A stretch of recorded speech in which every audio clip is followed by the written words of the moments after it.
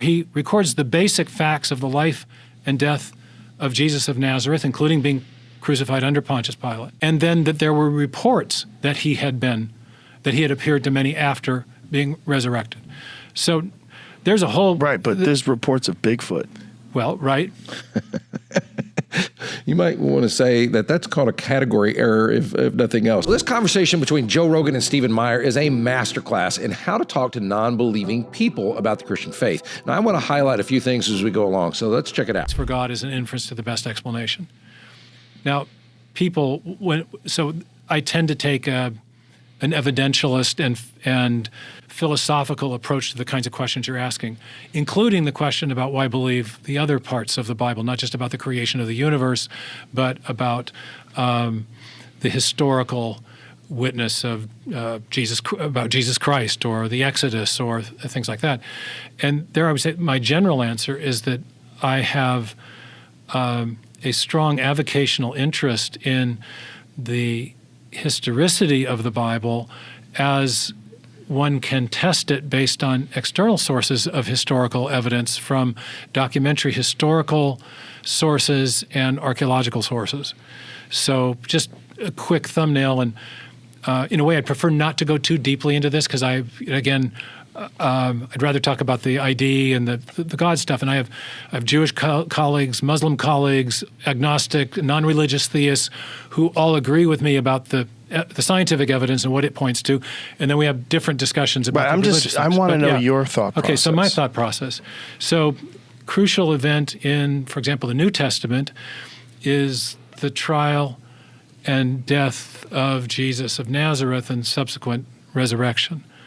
One key, really striking thing that I've discovered in my avocational interest in archaeology is that... Now, before he gets to that, he does two things that are very, very important to this entire principle of talking to non-believing people.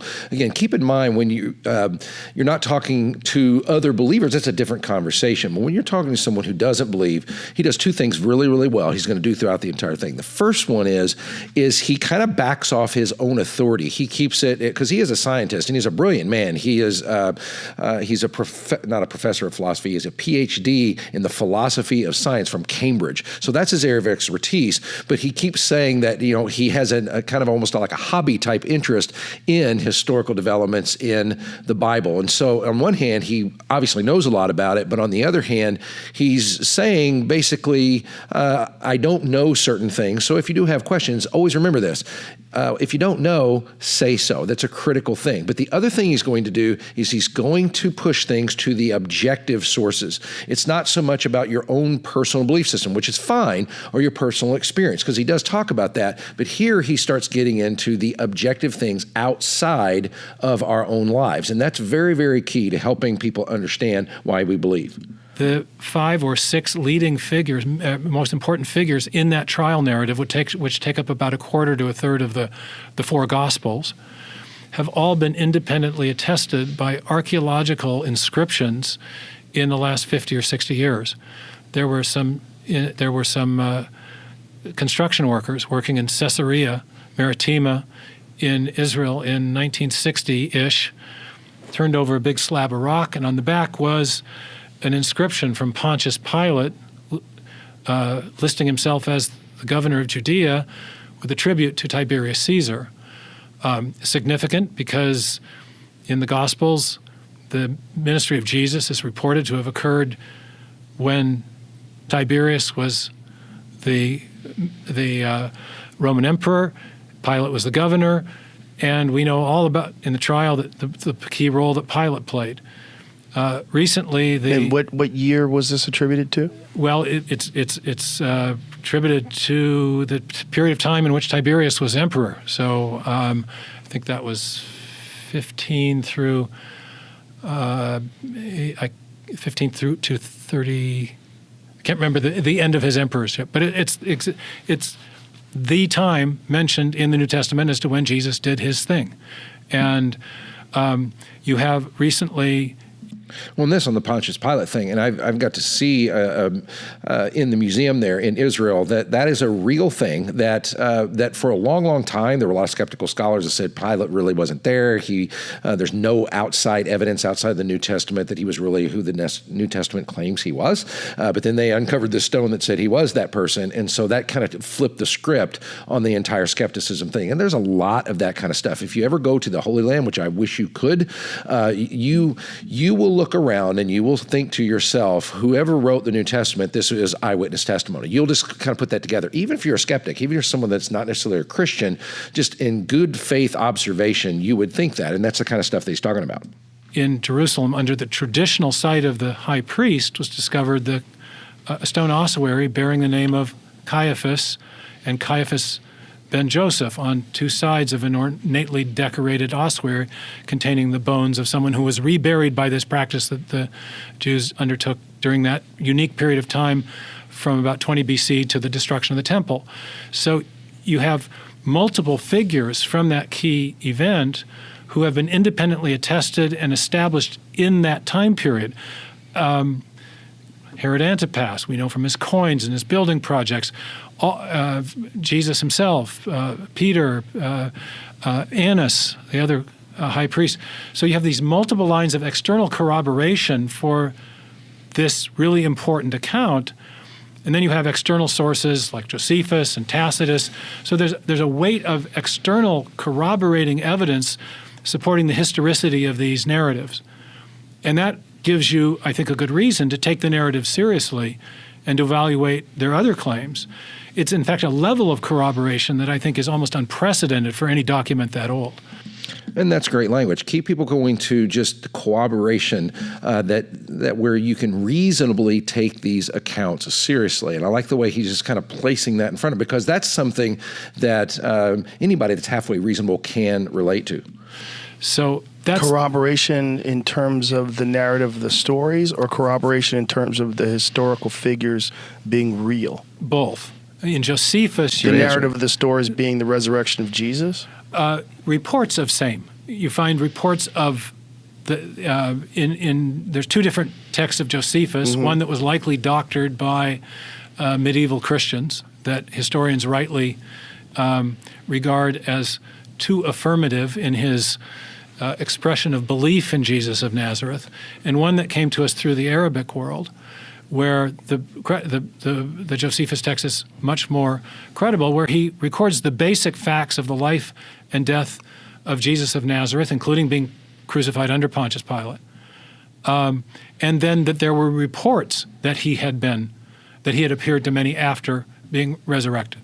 So there's a whole Right, but there's reports of Bigfoot. Well, right.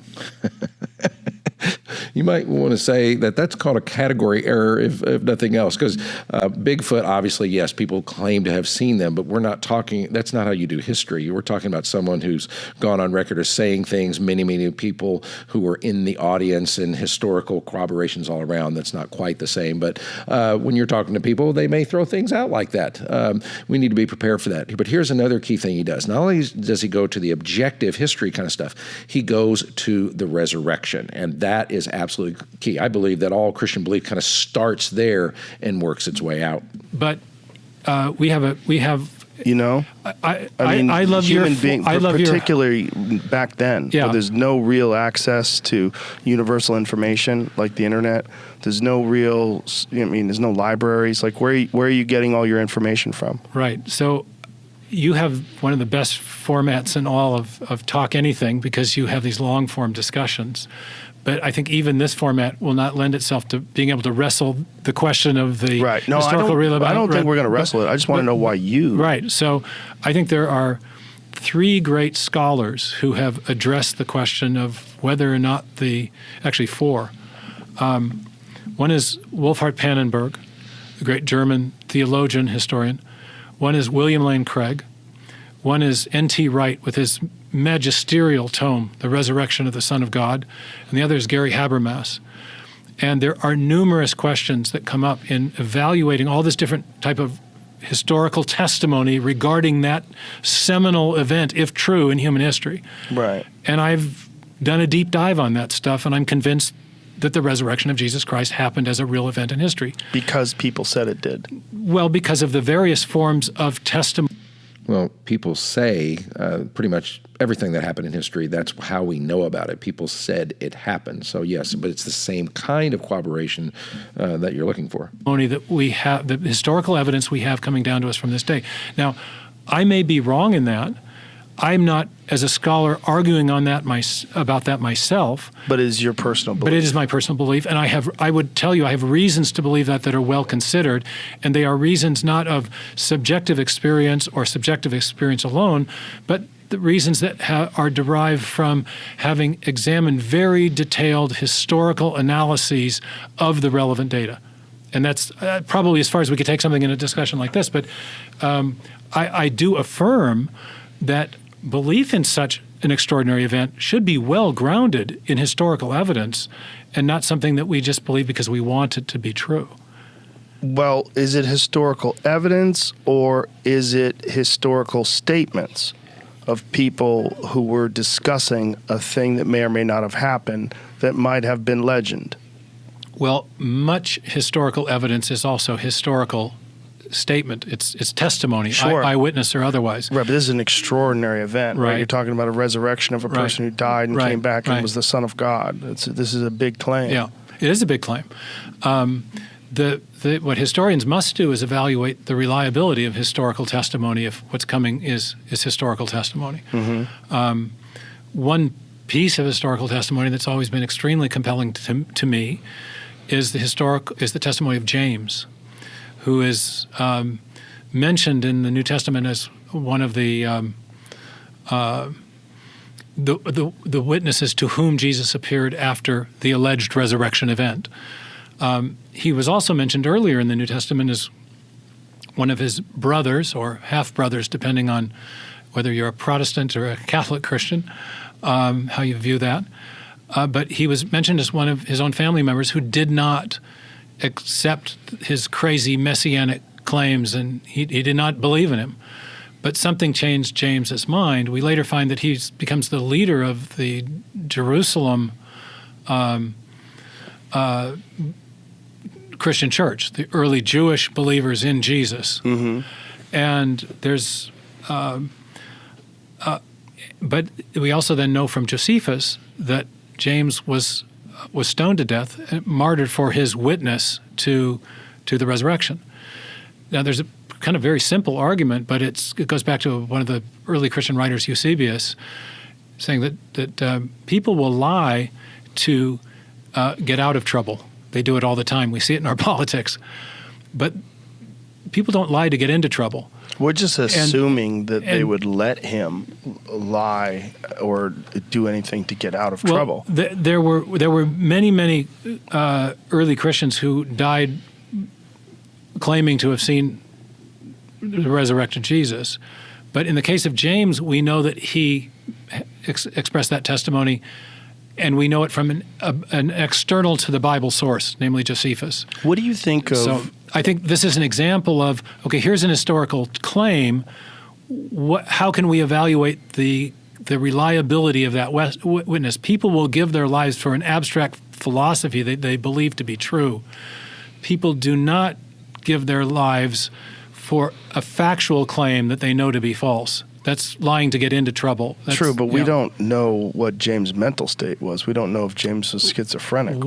There's so many variables that could be taken into consideration. It's a question of weighing the preponderance of the evidence and deliberating on it over time. I agree. I'm not.